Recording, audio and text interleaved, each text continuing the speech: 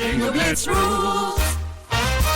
If your bingo has ads in it, That's not a bingo. if it doesn't have the coolest tournaments, mini games, and the most breathtaking design, Nope, not a bingo. if your bingo moment makes you feel so excited that you just want to burst in joy and scream out loud, bingo! Sorry, so you're playing... Bingo Blitz? Now that's a bingo. Go for a world of excitement with Bingo Blitz, the #1 free bingo game. Download Bingo Blitz and play for free. Now that's a bingo. Streaming December 12th on Peacock. Paris Hilton and Nicole Richie are back That's hot. Loves it. for a show-stopping reunion that will prove putting on an opera is anything but simple. We're really good at this. One thing's for sure, they won't be upstaged. Good to have you back. Come on, we've got a show to do. Paris and Nicole, The Encore, a 3-part reunion special, streaming December 12th, only on Peacock. Let's hang out. Let's hang out. And let's talk about what Legends about. Let's hang out. And let's listen to Toole as me and shout. Let's hang out. Let's hang out. Hey, Let's Hang Out listeners. Welcome back to our hiatus feed drops. Today's feed drop is coming from Coming Out Pod, hosted by the wonderful Lauren Flans and Nicole Payson. Both of them have been guests on the show. We've guested on their shows as well. We absolutely love these two, and we know you will as well. Coming Out Pod is just what you think it would be. Every episode, they have a special guest on, and they talk about their coming out story. They have some incredible guests, and they span the gamut all across the LGBTQ community. This episode that they wanted to share with you, they talked to a 74-year-old woman named J. Super Butch Toole, who lived with the homeless queer community in Washington Square Park for years, did numerous stints in the Women's House of Detention, and was at Stonewall. So this is an LGBTQ icon talking about her coming out story. So enjoy.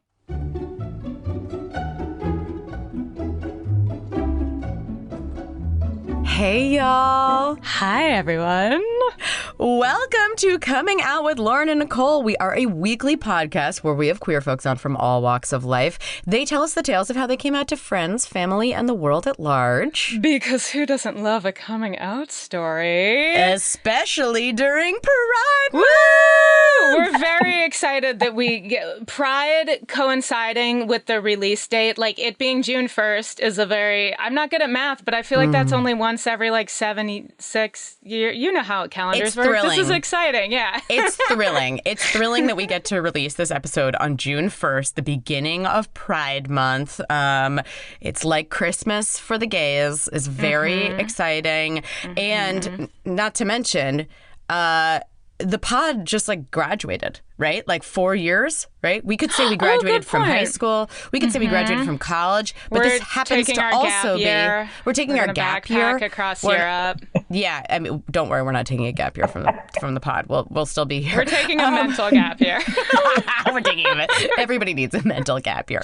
But yes, we are also celebrating 4 years of the pod this month, which is just incredible. So this is very exciting, and we are thrilled to kick off this month with guest J. Toole, also known as Super Butch, which is just the best nickname ever. Jay, say hi to everybody. Hey, everybody. Happy Pride. Woo! So thrilled. We're so excited to have you here. We are. Yeah, we are so Very excited. So to give you a little bit of background on Jay is a tour guide for Jay. And what is the name of your tour exactly again? Well, I give my own tours, and I call it Jay's Queer Tour of the West Village, 1960s. God, that's I can't tell you how quickly I'm going to contact you next time I'm in New York to be like, can we do that? Because I went to NYU and I did I even did an essay on the monument that's there for Stonewall and that area, and so I did a bunch of digging into everything, but being able to do that with you would be just such a treat. So that's thrilling. Jay has been celebrated also in numerous ways in the community. Jay is a speaker. Jay, I found out about through none other than Terry Gross's Fresh Air podcast, which, I mean, probably a lot of you are familiar with that program because Terry Gross is like one of the foremost American interviewers. In the slightly country. Above us. Like, let's not Slightly, sell like, it just too harsh. slightly. Like, she's number one, and we're like 3 or 4. But still, we're very respectful of her work. She's like okay. She's like a little ahead of us. But yeah, no. See, so I was listening to Terry Gross's podcast, and she was interviewing an author, Hugh Ryan, who just put out a book about the House of D, or House of Detention, in the West Village, which was a women's prison, and it was estimated to have like roughly 75% queer inmates. And this was like, I think the prison was around, Jay, you know this history better than me, so I'm actually not gonna go into that. But in any case, Jay's name came up because Jay was interviewed for this book, and Hugh Ryan, the author, could not say enough good things about Jay, and I was like, we need to talk to this person. So we are forever talking to y'all about how important our queer history is, and we just couldn't think of somebody better to kick off this Pride Month than Jay. So thank you so much, Jay, for joining us. Thank you for asking me, guys. I'm excited. Yeah. I'm really excited to do this. So, Jay, first of all, we know we did this off mic, but how do you identify for the folks at home? Super Butch. No. No, that's good. Please, I love it. Yeah. I'm a butch lesbian. Pronouns are him, her, he, she. You can't go wrong with me. I'll answer.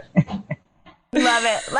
And so we really, we're going to be asking a ton of questions throughout this that have to do with the House of D and Stonewall, and I mean, just a number of things. But we really want to take it back all the way to the beginning. I know, the briefest amount of your coming out story based on the experience of walking into your house and then your father, and I don't want to spoil anything, but I would love, we just want to hear from your perspective, where does it all start?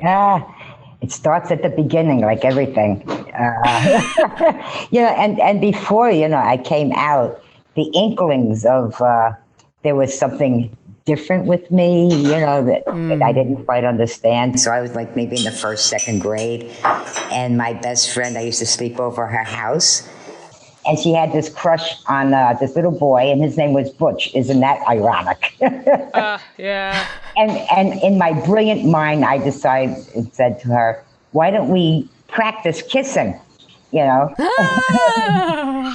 standby. Here's 7, 8 year olds, practicing kissing, and we had like our 2 fingers up to our lips so that we wouldn't really touch, Oh, wow. It was ridiculous, and then, but I liked it, even like that, there was something exciting to me. And then I went to Catholic school before they threw me out. And I had and I had a crush on this nun, Sister Caroline, and she taught me how to box, and I just like, I had this big crush on this woman, it was like, wow, fast forward. Wait, can I ask a question already? Was this in New York? Are you born and raised in New York City? South Bronx, baby. South Nice. Bronx. Oh, yeah. Real New York. Okay, very cool. Yeah. Okay, so New York Catholic school taught by nuns is a very specific and intense experience. Yeah. Exactly. And a lot of things went on. I lived with them for a while, the nuns, because of things that were going on in my family unit. But anyway, fast forward, to, I guess,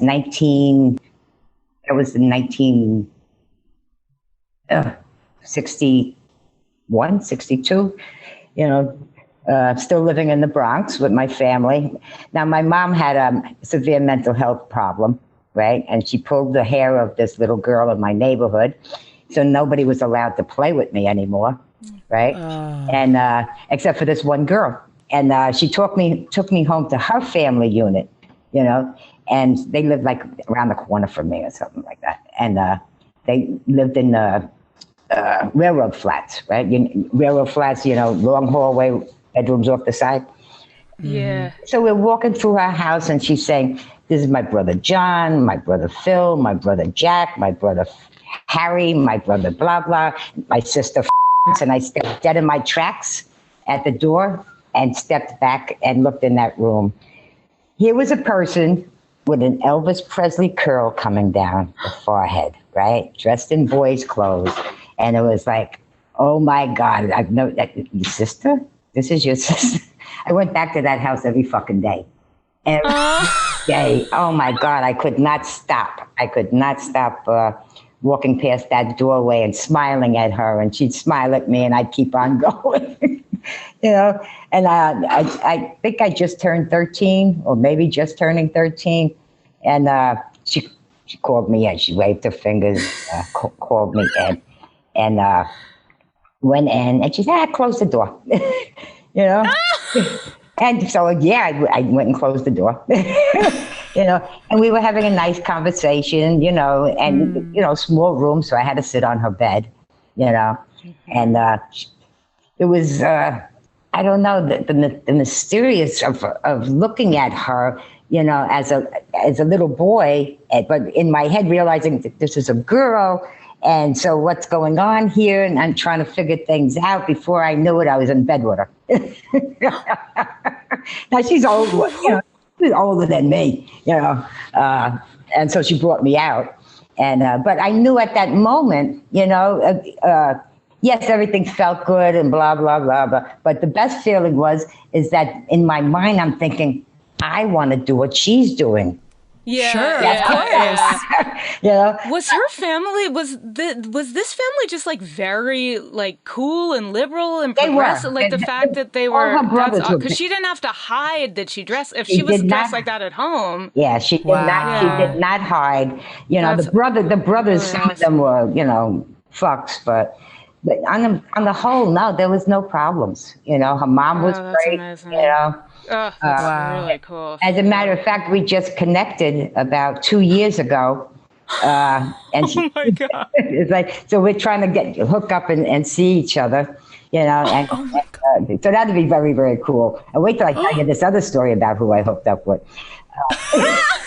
But where was I? I forget things. I'm 74 years old. I forget where I finished and where So you had your first, you know, sexual experience in the room. Right. Yeah, but that makes total sense to me, that like that looking at the person and being like, it's that line of like, do I want to be you or be with you? You know, and you're kind of, especially like when you're first coming out and you're figuring out kind of like, for lack of a better way of saying this, like what kind of queer you are, you know, where you're like, oh, and then it becomes this like, oh, you know, you start sort of looking at in this case, you know, other women and going like, okay, you're the kind of woman I want to be. You're the kind of woman I want to be with, you know, like that's a million% true. You do have to like figure that out, which is like weird. And there can be overlap. It can be the same thing. But yeah, when I think of like my very first girlfriend in college and how different the people I dated after that were, it's like, oh, I was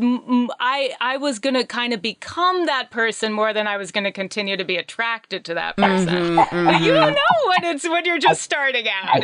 I knew like immediately. I said, this isn't for me. I wanna be like you. I wanna have a girl in the bed. You know. So I was a quick learner. You know. So her and her best friend, another Butch. You know, I started going there every day, of course, and hanging out with them, and you know, and learning different things. And they took me down to the Village, right? And before we got there, they took me to a store and they bought me a boy's shirt, maroon. I can still see it. Maroon boy's short sleeve shirt, some khaki pants, and some kicks, right?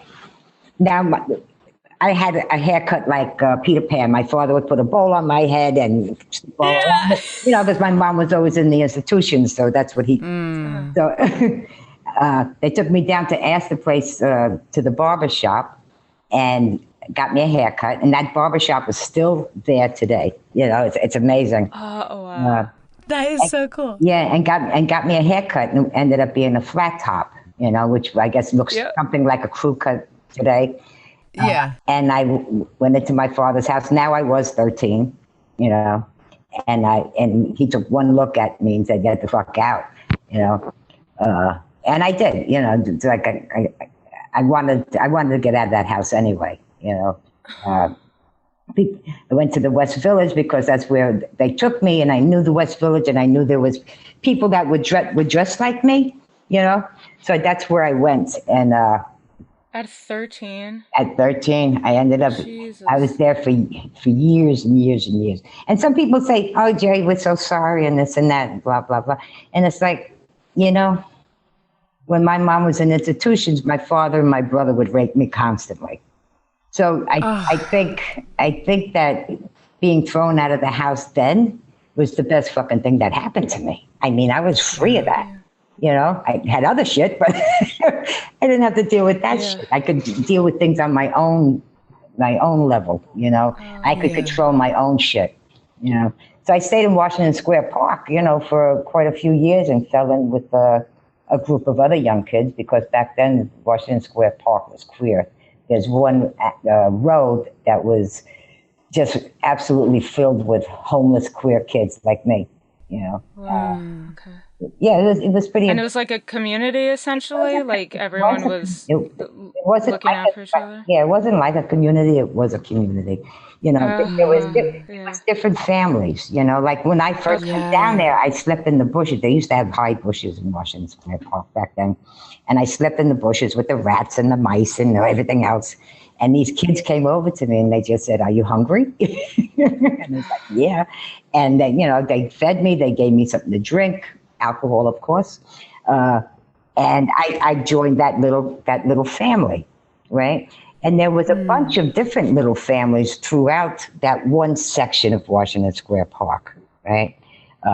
And there was I'd say maybe the ages maybe 10, 12 years old to maybe early 20s. Yeah. All of us homeless.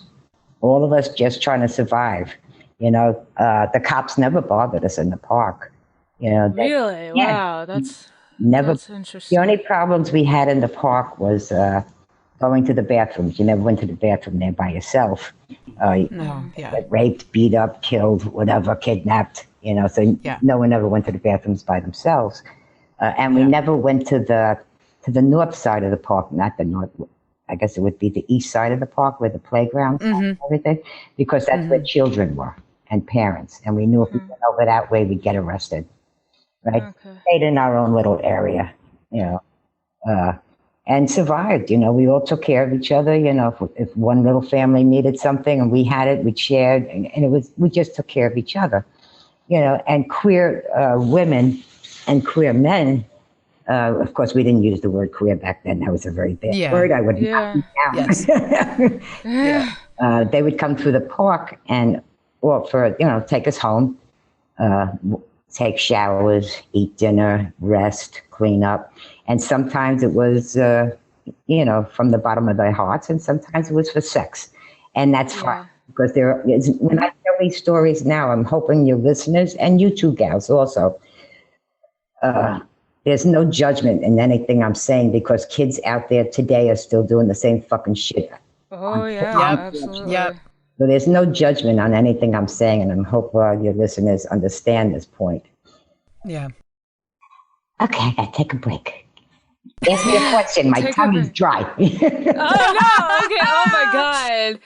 No, you bring up an interesting point, because I know, obviously, we're going to talk about the House of Detention, which was a female prison. But in terms of the park, was there a mix of genders, a mix of gender presentation, a mix of how people identified, as opposed to, like, this is the lesbian part of the park, and this is the gay male part of the park, and this is the, or was it just like a more blending of, like, just queer folks in general? Yeah, the park was one spot where everybody was together. That's amazing, yeah. It was every spectrum on the queer umbrella. That's so cool. All of it. You know, we didn't have the terms that we have today as trans, non-binary. We didn't. Sure. You were either gay, but mostly everybody used the word gay. Lesbian wasn't even, but everybody our spectrum is so big. There's so many, there's so many little arms of our community that reach out, and that park had everybody in it.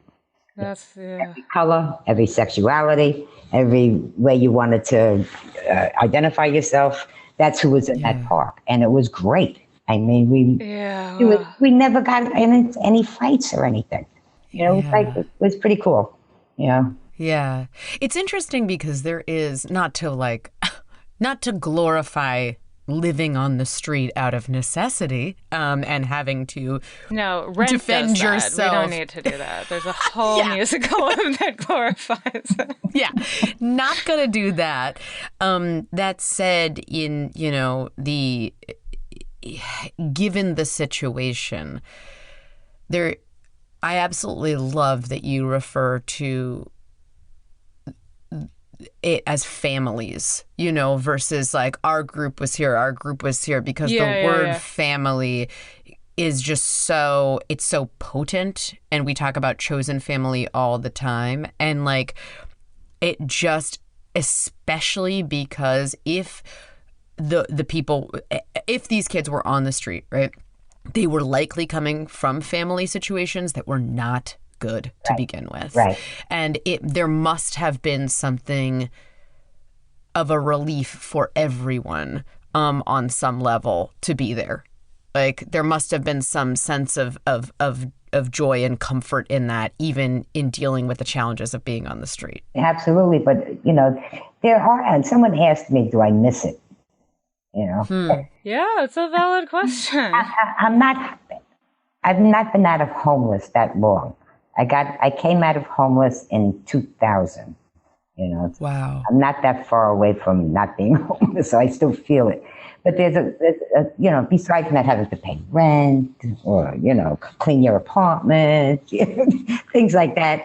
If I had to say I'd miss anything, I miss the air, playing and having the freshness of the air. Yeah.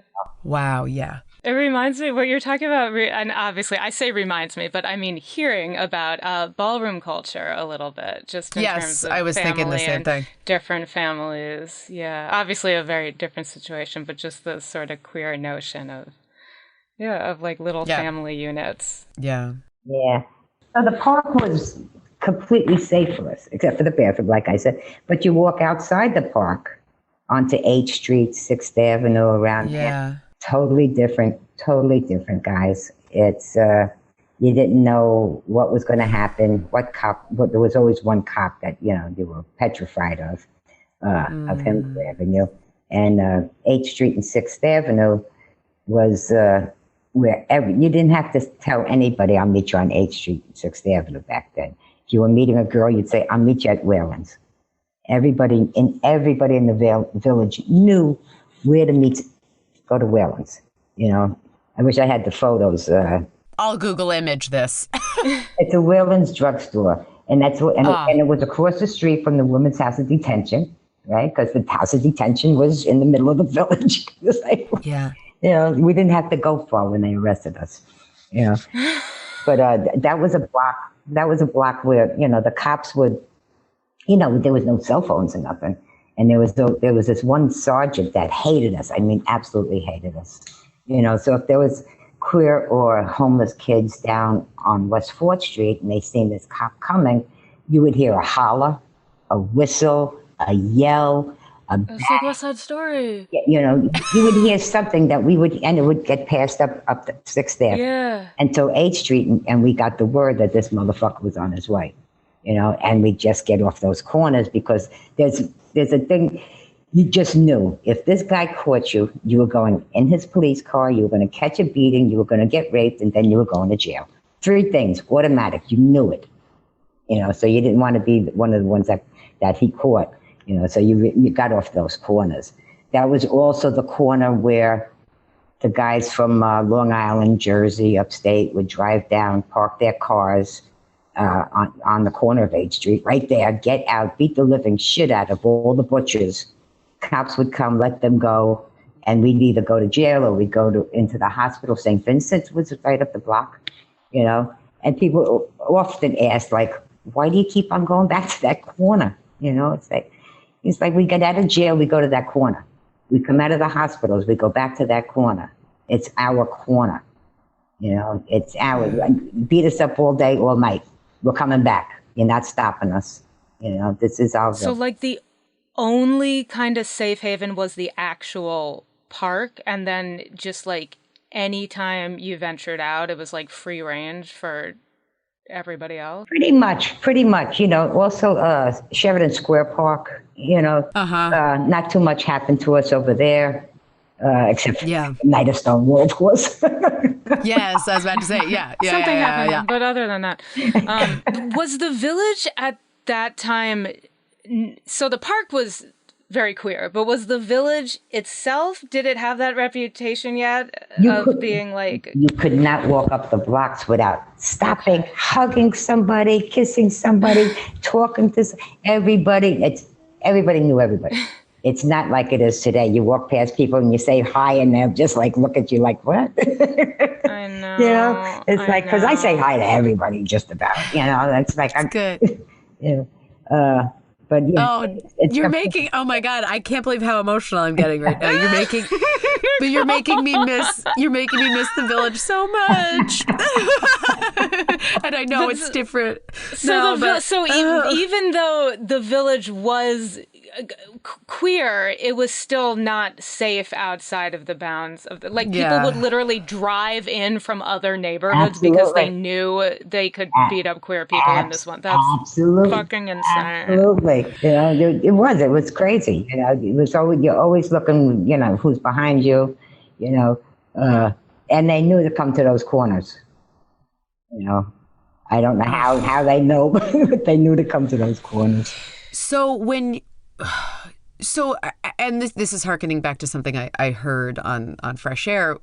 So when you guys would get arrested, not that it sounds like they needed a reason, they just did it. But especially with the women, I mean, because that was still when there were decency laws around the way that women dressed, correct? Or well, you know. Listen, I'm not that good on the laws and this and that, but I know I've been arrested for not having the 3 articles of clothing on.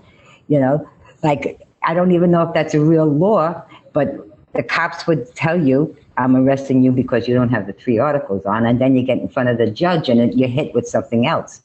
You know, can you explain that law for people for our youngsters who might not know? 3 articles, I only know this because I once went to a show called Hit the Wall at the LA LGBT Center, and the way they let us in wasn't by our ticket, it was by what we were wearing. And I was wearing a vest, so they held me back.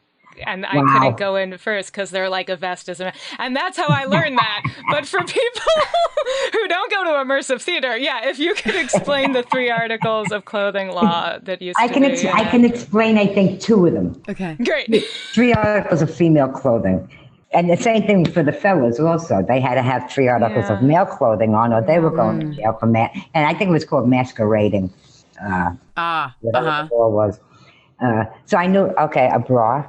Right? No, I don't wear them. Always a chest band, you know, ace bandage. Thank God we got away from ace bandages. Holy shit. Panties, no, don't wear them. Boxers or tighty whities. And then what the fuck is the 3rd piece? It's like, a barrette. What? And how do they know I don't have these things on? It's like... That's what I was going to say. How do they...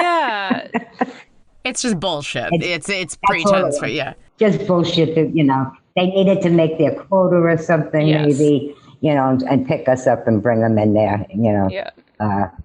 And when you would then go to the House of D, like, how long would you be in there, and what was it like in there? Well, it depends on what I was busted for. You know? Sure. You know, I was a drug addict, heroin addict. Worked for the mafia. So if I got busted for drugs, if I got busted for not having the 3 articles on, if I got busted for panhandling or lawyer, it was all different things. You know, you could go and just spend the night and get cut loose when you go to court the next morning, or you could get 6 months, a year. You know, it all depended. Sure. And, the House of D, no one calls it the Women's House of Detention, unless I get tourists or somebody, But everybody that's from the village or been in there, it's the House of D. And it was huge, and scary. It was really scary when I first went. After the first time, it wasn't scary anymore because you knew what was going to happen. But it was also a playhouse. It was just crazy. You're in a place with nothing but women. Come on. Yeah. It's a dating app. It was an old school dating app. Either you got someone that was a lesbian or bi or gay for the stay, Sure, gay for the stay. Yeah. There's plenty of sex to go around in prisons, Sure. There's ways to do it.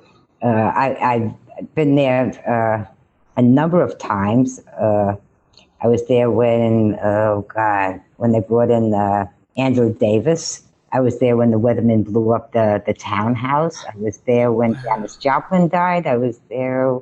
God. And you see, being homeless and being on drugs and everything for so long, that's how I tell time.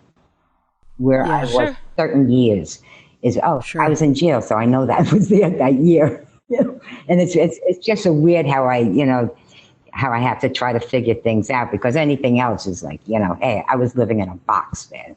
It's like, I didn't know what day it was. I didn't even know that Stonewall became big until years later. I had no fucking idea. Yeah, that makes sense. We didn't have social media, so you don't know what story makes it to the rest of the country, and what is just in your neighborhood. How would you tell? Were you in the House of D when Stonewall happened, or were you? No, I was across the street from Stonewall when Stonewall happened. Oh my God! Oh my gosh! Can you talk about that night? Well, wasn't when it first started. Me and my friends, we were still sleeping in Washington Square Park. And again, no cell phones, but word of mouth in the village was like gossip. You could tell you couldn't keep a secret for anything in the village back then. Yeah. So word got down to us in the park that something was jumping off at Stonewall, and we all run up there, and already there was a massive amount of people. The cops were pushing people down towards the Women's House of D, but I could see that. Some of them were going around the infirmary, right? There's this very short block there, one building. So a lot of us, when I say us, I mean queers, right? So I'm saying us and them. Yeah. Us was going around this building, right? And the rest of us was going down towards the prison. And the cops were pushing. So it ended up being us, the cops, and us. So that the cops were... Okay, right, yeah. And that's when they called the TPs, right, which is the Tactical Police Force back then. Yeah. And my friend Martin, who was one of the boys that did the dance, we are the da-da-da-da-da-da. Yeah. Holy shit. He was one of them. He was one of those girls. This is also a thing that I know from the immersive theater piece about Stonewall, is the dance in the song, yeah. It's the only reason I know that. Saying that when the cops got there, the cop put a shotgun in his face, and he was like, go ahead, shoot me. But that's when all the craziness really started going down, the garbage cans, the throwing of bottles, and the nightsticks came out, people's heads getting busted open, so much was going on, I was excited. I mean, it was like, I felt like I was 20 feet tall. Here I was, a kid screaming at the cops, throwing things at the cops, instead of them beating me up. I'm stepping towards them, and it was like, holy shit, this is great. Yeah. It was just a wonderful feeling to be able to stand up for yourself, my feeling, and I'm sure that everybody else that was out there was feeling that same grip of emotion that, like we're doing something, we're fighting back finally, Yeah. So it was very, very rewarding, man. My friend, who I just told you about, he said that when they brought the girls out and were putting them in the paddy wagon, I know that's not what you call that band now, but one of the girls kicked back and hit the cop, and he said he could. Oh yeah. Yeah, he could actually hear their bones breaking, by them beating the shit out of them inside the paddy wagon. He could hear the bones break, and it was like, holy shit, That was one night I didn't get beat up by the cops or get arrested, But it was, my one takeaway of Stonewall, and I know that people might think that, or kids today might think that it was because we got arrested. And now this is only my opinion, guys. We were arrested all the fucking time. Yeah. We were arrested all the time. Why that one night? What happened? That sparked this. And to me, my opinion is like, there was homeless kids out there, right? There were straight people out there with their kids. There were junkies out there. There were the Vietnam protesters out there. There were the Black Panthers were out there, 3 of them. There was, everybody was out there, and everybody was yelling at the cops, because I think in all of those different communities, I think we all knew what oppression felt like. Yes. It might not have been the police, but it might have been the society we live in that holds us down,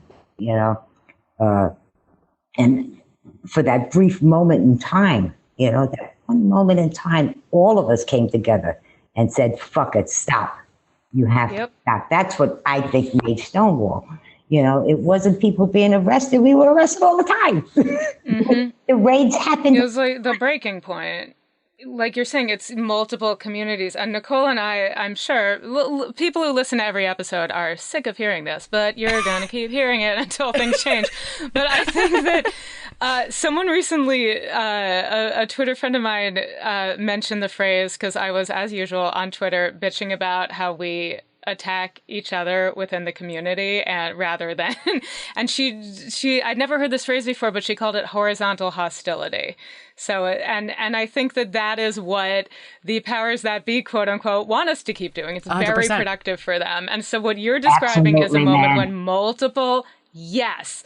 So if Stonewall was successful in part because an intersecting number of marginalized communities had a common goal and common enemy and weren't like, but you disagree with me on this one side issue, so I'm not going to stand with you against the force that disagrees with me on every single issue.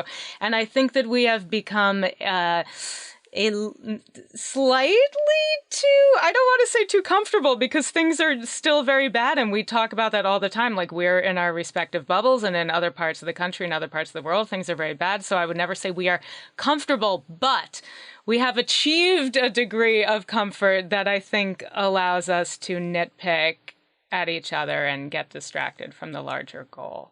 Yeah. This episode is sponsored by BetterHelp. And as we head into Thanksgiving time, I want to start by thanking my wife, Kelsey, who has not only listened to just about every episode of this podcast for 8 seasons now, but who also is the only reason I'm able to make time to record it every week. She takes the kids, gets them dinner, and gets them ready for bed, just so that Ellie and I can come on and yell about gay things into each other's faces for an hour. So here's a reminder to send some thanks to the people you're grateful for in your life, including yourself. I've been in therapy for a long time now, and one thing that's so important about therapy is how it teaches you to be more intentional. And being intentional about gratitude and how to show that to the people you appreciate is just one of the many benefits that I've gotten from therapy over the years. If you've been thinking of starting therapy, consider giving BetterHelp a try. I know how hard it can be to find time for regular therapy, and BetterHelp is designed to be flexible and convenient for your schedule. You can fill out a brief questionnaire to get matched with a licensed therapist, and you can switch therapists at any time for no additional charge. If you want to start being more intentional about gratitude in your life, visit betterhelp.com/lezhangout today to get 10% off your first month. That's BetterHelp, HELP.com/Lez Hang Out. Let's hang out. For many businesses, the holiday season can be both an exciting and stressful time. With so many balls in the air, one thing you definitely want to know you can rely on is how you're selling your products. And with Shopify, you can rest easy knowing it's the home of the #1 checkout on the planet. Nobody does selling better than Shopify. And when it comes to successful brands like Aloe, Allbirds, or Skims, an often overlooked secret is all the things that go on behind the scenes that make selling and, for shoppers, buying simple. For millions of businesses, if you take a peek behind that curtain, you'll see that Shopify is what makes it all possible. Shop Pay boosts conversions up to 50%, so that's more happy customers and way more sales going. It's true all the time, but especially this time of year, your commerce platform better be ready to sell wherever your customers are scrolling or strolling, on the web, in your store, in their feed, and everywhere in between. Businesses that sell more sell on Shopify. Upgrade your business and get the same checkout we use for Realm merch with Shopify. Sign up for your $1 per month trial period at shopify.com/realm, all lowercase. Go to shopify.com/realm to upgrade your selling today. Shopify.com/realm.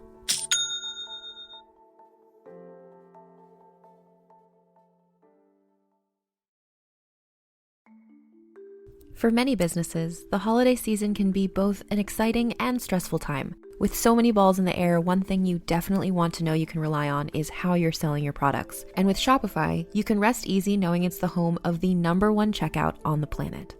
Nobody does selling better than Shopify. And when it comes to successful brands like Aloe, Allbirds, or Skims, an often overlooked secret is all the things that go on behind the scenes that make selling and, for shoppers, buying simple.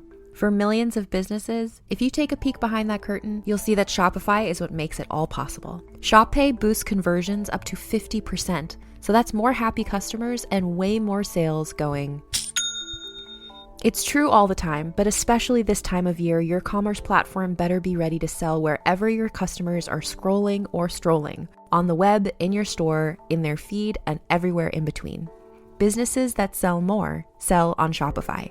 Upgrade your business and get the same checkout we use for Realm merch with Shopify.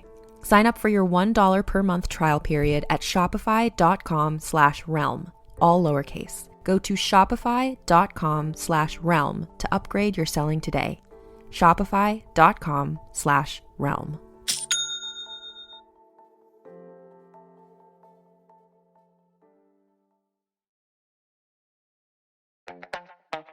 This episode is brought to you by Skinny Pop Popcorn. Perfectly popped, endlessly delicious. Oh, so light and crunchy. Skinny Pop Original Popcorn is the snack you've been searching for. Made with just 3 simple ingredients: popcorn kernels, sunflower oil, and salt. Snacking never felt or tasted so good. Perfectly popped, endlessly delicious. Give yourself permission to snack and pick up Skinny Pop Original Popcorn today.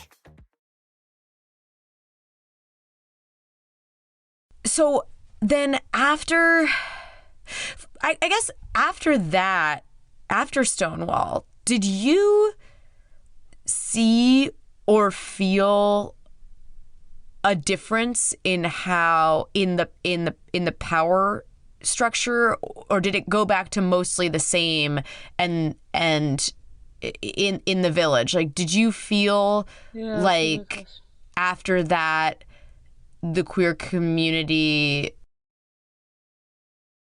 was able to hold their ground a little more, or did it kind of just go back and then it took the what was your experience? Because you mentioned not knowing that Stonewall was Stonewall until way later. Yes. Yeah, you got to remember, we were homeless, and junkies.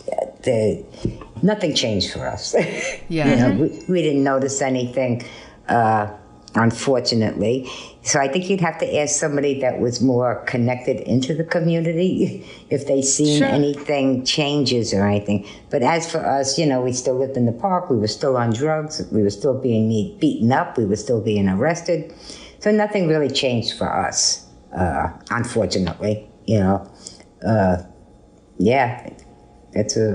It's quite a question. Not for us. About how long was this your living situation? Like 13 is when it all starts. I think I entered the New York City, queers back then, there was no place for us to go as kids. There was nothing, there was no place, there was no help. Sure, of course. So I stayed on the streets for maybe 25 years. I lived in Washington Square Park, of course, on the piers, on Christopher Street piers when they were tearing down the West Side Highway, with Sylvia and Marcia, and I lived under the platforms of Penn Station. When your train pulls in and you step on the train, those platforms underneath them are garbage rooms. So I've slept in there, in boxes, trains. I was pretty out there. So then, fast forwarding some to, you said the year 2000. That was when you were able to get off the street. Was that as a result of getting clean, or what happened? What? Hard now. Hard now. The 80s, crack cocaine. Oh, you didn't want to know me back then, man. Shit. I first entered the shelter system in '98, I believe, in Brooklyn. The entry point was, and it was called Brooklyn Women's Shelter, but we all called it Bitches with Stems because we used to buy our crack from the case managers and the security guards. Oh, it was a nightmare. It was. Yeah. I could tell you stories that I still dream about this shit. And queers didn't go into the shelter system because we heard the stories. Yep. You're going to get beat up, which I did. I got kicked down this flight of stairs by security. I got jacked up in bathrooms. It was like, it was a fucking nightmare in those places. So I went in, came back out, and then got really, really sick. I was on 34th Street with my little crew, because there's a queer element everywhere in homelessness, So there's like 5 of us, all queer. And they had to carry me, because I couldn't walk anymore. I was really bad. And they took me to 30th Street, I guess, to a medical van, and where they give you food. And they said, you're dying, you're going to die, you're just dying. I think I was 96 pounds, 94 pounds. And they put me in this shelter in Manhattan, New Providence Women's Shelter. And I sobered up there. I got off crack, got off heroin, got off everything, and looked around that place, and said, oh, fuck, this shit is bad. These shelters are bad, not only for queers, but for everybody. It was just terrible, terrible. And then this woman came in, Anya Duggan, bless her fucking heart, still my best friend today still. She's seen something in me, and she said, I want to take you to the LGBT center. Oh, wow. To hear these people that I belong with, I said, I'm not going there. I said, I used to sleep in front of that place, and they used to chase me. Are you... Whoa.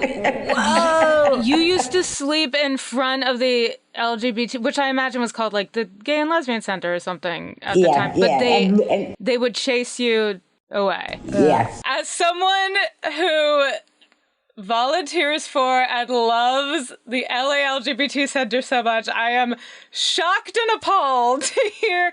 So was it the kind of thing where it's like, did it fall into that trap of like, we're in a period of time where we, the queer community, are fighting for rights. So you better be the right kind of queer, or you're gonna fuck up the cause. Okay. So a homeless youth doesn't. Those demographics don't look, or the optics rather, don't look good. So get the hell out of here. We're trying to do something. I didn't look good. I didn't smell good. That fucking sucks. Yeah. Okay. Probably had my bottle next to me in a brown bag. And so they're like, you're gonna hold back the cause. Get the fuck out of sight, rather than we're gonna be compassionate and help you in the name of progress. Yeah. Cool. No, that was my first instinct of like why that would happen, because I think we see that happen a lot of times in movements, is not being the right kind of, which ironically the feminism movement or the feminist movement did to lesbians. So it's like they're 100%. Just paying it forward, which is unfortunate. But yeah, okay. Exactly. So you didn't want to go there because of these previous experiences. Sure. And your Understandable. Friend, okay. Yeah. So she was with the Coalition for the Homeless, and she was coming into my shelter to inspect it. And like I said, she seen something, and she literally dragged me by my ear. Oh, jeez. Oh, that must have been comforting as someone who was taught by nuns as a youth. You must have been like, this feels familiar. That feels familiar. Correct. And it was this organization, it was the Queers for Economic Justice Network. Yes. I was going to ask about this. And what it was a bunch of queers, of course, working on poverty, homelessness, drug addiction, everything that the queer community did not want to talk about. Yep.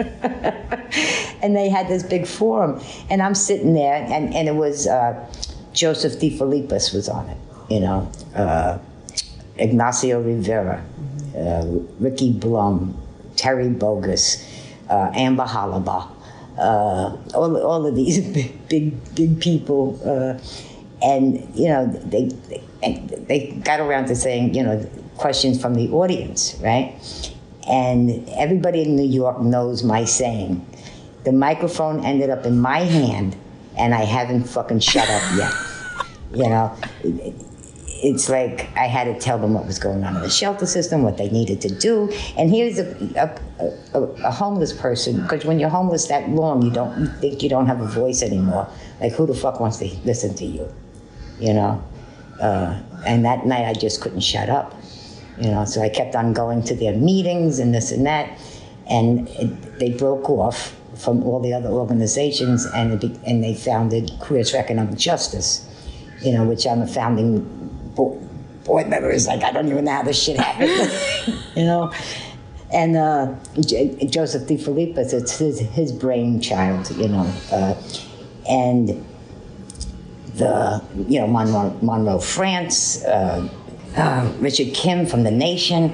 These were all board members, and I was like sitting there with all of them, and they'd be talking, and finally, after a while, they pulled me aside, Terry Bogus and Amber Hollabaugh and Ignacio. They said, "How come you don't say anything?" And it's like, I don't know what the fuck you're talking about. You're talking up here. I go home and with a dictionary trying to see what the hell you're talking about. Because I went to first week of sixth grade and never went to school again. So it was like I didn't understand I knew they were talking about good shit, that I wanted to be involved in, but I had no idea of what the other things were. Sure. I graduated college and I still barely understand economics. So there you go. Yeah. Anyway, just to put some perspective on that. Thank you for that. But after that conversation, they brought the conversation down, where I could understand what was going on. And where most people can, because for the record, Leah, like Nicole's saying, most people do not understand most talk about politics, economics, criminal justice, like the way, even the fact that I just said criminal justice instead of jail. Like if I said jail, that would invite way more people into the conversation. Yeah, like we don't 100%. need to use this elevated language. You're absolutely right. I totally agree with you. You're absolutely right. So we became a 401 nonprofit, and Joseph was the first hire as the ED. And then they hired me, So they said, we're going to hire somebody else, and I'm in a cab with Joseph. And I said, can you think about hiring me and I'll give you a resume? And meanwhile, I had no idea what a resume was, exactly what you had to put onto it. And he said, no resume, you're hired. We made this position for you. So I became the director of the Shelter Project for Queers for Economic Justice. And from day one to the day we closed our doors, that's the position I held, which is like, I think was a turning point in my life, meeting these people, and, that they were so caring about what was going on in shelter life and this and that. So my job was, I went into New York City shelter systems and brought in the first queer support groups ever. That's huge, yeah. The shelter I came out of, I held the first pride in that shelter, the city, I don't think they hated us, because we called them on shit, It was like, I was with Dean Spade and Carrie Davis meeting with the city every month, trying to get trans people to self-identify what side of the shelter systems they would go into, the male or female, and we got that passed. It was like, where they could, actually choose which side. Now the city wants to take that back. And around domestic partnerships, before gay marriage, if two females went into the intake, they would separate them, And how that started was I went into the intake place, and these two very young lesbians came to me, and we were talking, and the case manager came out, and I couldn't believe my ears. She said to them, for us to help you, you need to get a letter from the conductor of the train you were sleeping on. Oh my God. It's like, what? First of all, it's illegal. Who was going to write that? And I brought that back to QEJ, and we started a big thing around how the city separates same-sex couples. And we got that passed so that when homeless same-sex couples went into the shelter system, they were housed in hotel rooms together. Those are two things that it's like, I'm so proud of, yeah, that's doing, incredible. Oh my God. It's pretty fucking amazing, man. And my passion is my community. My passion is the homeless community that we have. The youth, definitely, but people don't realize the elders. That's what I was going to say. System. Yes. There's so many of us. Yeah, because you saying, you start in Washington Square Park at 13 and you're there, like 20, 25 years. So you moved from being a queer youth to what for the park would be a queer elder, because like that's just your breadth of experience at every point of life is like unreal. That's just such a that's so beautiful. And I can't believe I'm still alive. You're very much still alive. You were doing a little dance before, you're very I much just can't alive. believe I'm still here. Now I'm going to tell you a nice story. Oh. So I got expedited from California back to New York in 1965. And white slavery, Grand Theft Auto, and if people want to hear those stories, you have to actually come on my tour. Yeah, that sounds like a whole nother episode. Wow. Yeah. The California years, I met this girl at the Cafe Bohemia. It was a lesbian bar, speakeasy, where I worked for the mafia as a bouncer. Right? I think I was 17. And this girl walks in, right? And it was like, wow. And I asked her to dance, and she danced with me, and we stayed together for a while. She ran away from home and lived in the park with me, and then she went home for some reason, and her mom had her busted for being a wayward girl, which was the law back then. It's still the law today. And I got busted for something else, and we lost track of each other, We never broke up. We just, police pulled us apart.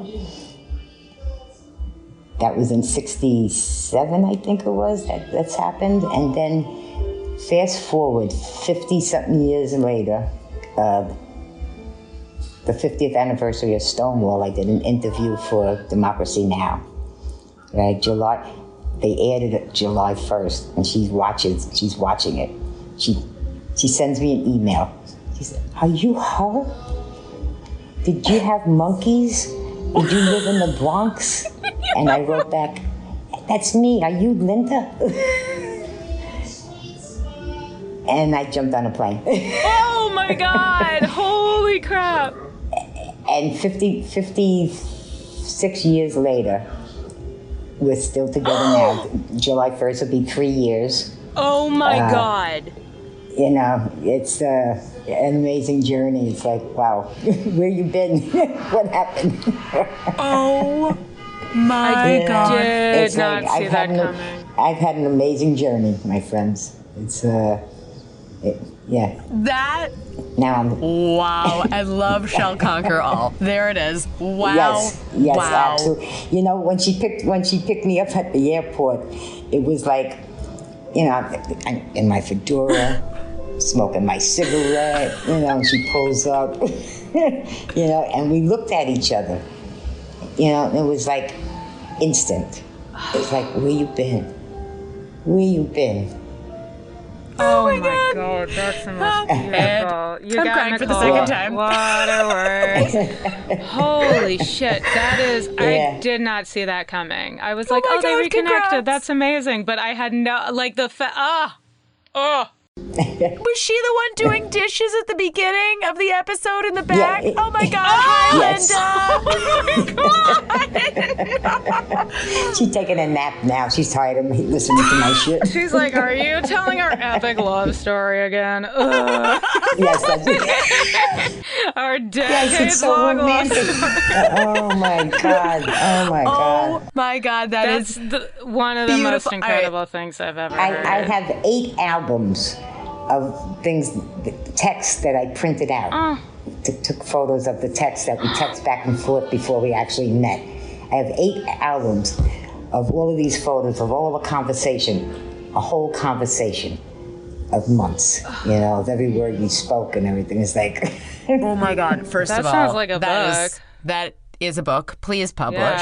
Yeah. Please publish it. Secondly, I really need to do that for some very meaningful conversations in my life. Thank you for that inspiration. Yeah, it's pretty cool. Oh my, okay. I literally don't know how else we end the podcast except on that note, although I feel like I could talk to you forever, but I could Lauren, too. okay. I want to give you, before we do wrap up, I want to give you the opportunity, just if there's anything that you want to say to the audience that we didn't cover, like for Pride or to the youth, quote unquote, but just like anything that you want to say, that you want to impart that maybe we didn't touch on. Yeah, I guess you know, I never thought of myself of, you know, having great wisdom or things like that, but I do know that we can't go anywhere if we don't hold tight together. You know, the infighting with all of our different communities has to stop. You know, it's like I was gay bashed and prejudiced against me my whole fucking life. How dare I do it to somebody else in my community? You know, and that's what some factions are doing, you know, towards trans people, towards people of color, towards whatever. We ain't gonna get no fucking where. We're gonna just keep on spinning our wheels, man. It's like, go back to the story I said about Stonewall. We all came together and made a fucking change that night. You know, think about those things. You know, to the young ones, you know, learn your history. You know, I stood on shoulders, you know, and kids tell me they're standing on my shoulders. And now I'm saying, get off my fucking shoulders, you're heavy. Go out and do your own work, man. Work for this community, you know? I'm gonna keep on going, but man, you got... Yeah, you've earned a break at this point. You gotta do it too. Yeah. And about my tours, if you want to hear those stories about, you know, in length, about white slave, how I got arrested for white slavery, about stealing cabs and going to Texas, and armed robberies and jail and the mafia, in more detail. Here's my number. And you don't have to blank this out because everybody in fucking New York and in Europe has this number. 917-939-2511. Kids, you want to talk? Give me a shout. You want to come on my tour? Text me. Give me a shout. I'm around. But I don't know how much longer I'll be around. So, catch me while you can. Yes! Oh my God. I cannot thank you enough for putting that out there. Oh yes. God, I hope people take you up on that. You are, besides just being a goddamn delight of a person, you are this unbelievable resource for the community. Yes.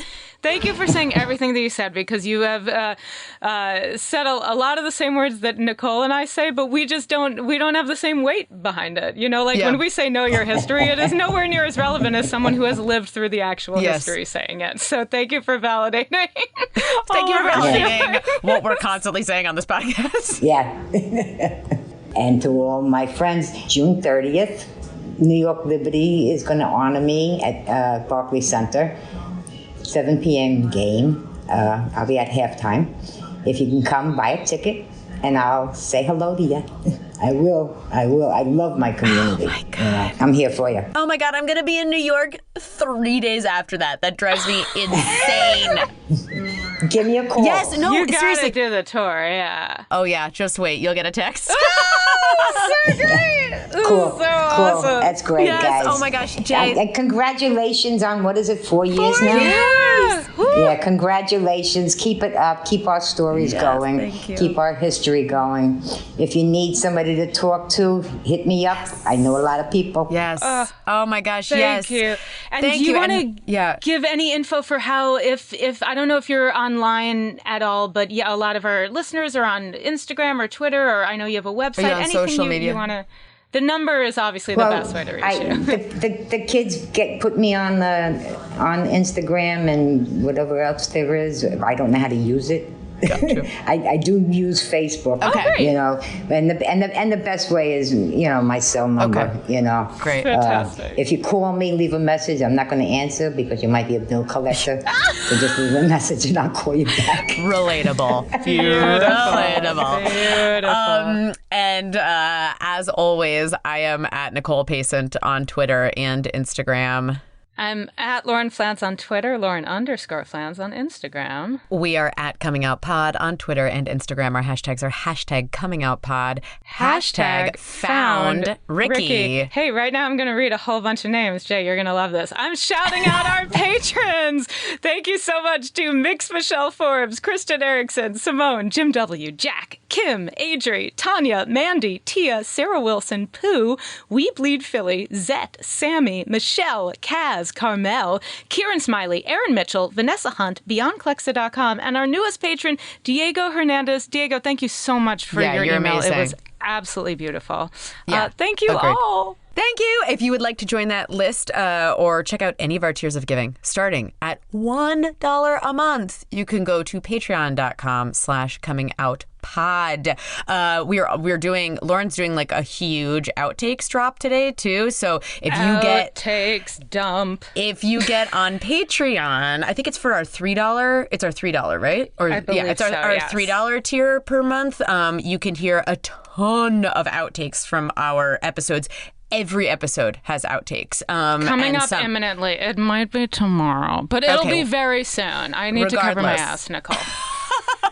In any case, you get to hear a bunch of outtakes. It's super fun. And for free, you can go to Apple Podcasts or Spotify, give us a 5-star rating and a nice review, especially during Pride Month. It helps people find the podcast and find these stories. And obviously, they matter. So. And this episode specifically, share that this is a resource that we rarely have access to. Someone who has been there, and it is, you are just so, oh my God. We're so grateful to you, not just for the wisdom, but for the fact that you're so entertaining. Like it's not homework. It's like, it's stories, and you're just such a goddamn delight. And thank you for swearing as much as we do, because it's very, it makes me feel at home. All right, y'all. We will talk to you next week. Happy Pride Month. Happy Pride. Happy Pride. Ladies and gentlemen. What are you doing? What do you mean? Just keep it simple. I'm making the promo. Just keep it simple. Just say, hey, we're the Brav Bros. Two guys that talk about Bravo. Ladies and gentlemen, boys and girls, we're the Brav Bros. No. Oh. Dude, stop with the voice. Just keep it simple. I've seen promos on TV, dude. This is how you get the fans engaged. This is how you get listeners. We're trying to get listeners here. If we just say, oh, we're two dudes that talk about Bravo, people are going to get tired of it already. We need some oomph. All right, then fine. Let's try to do it with your voice. Brav Bros. Good job.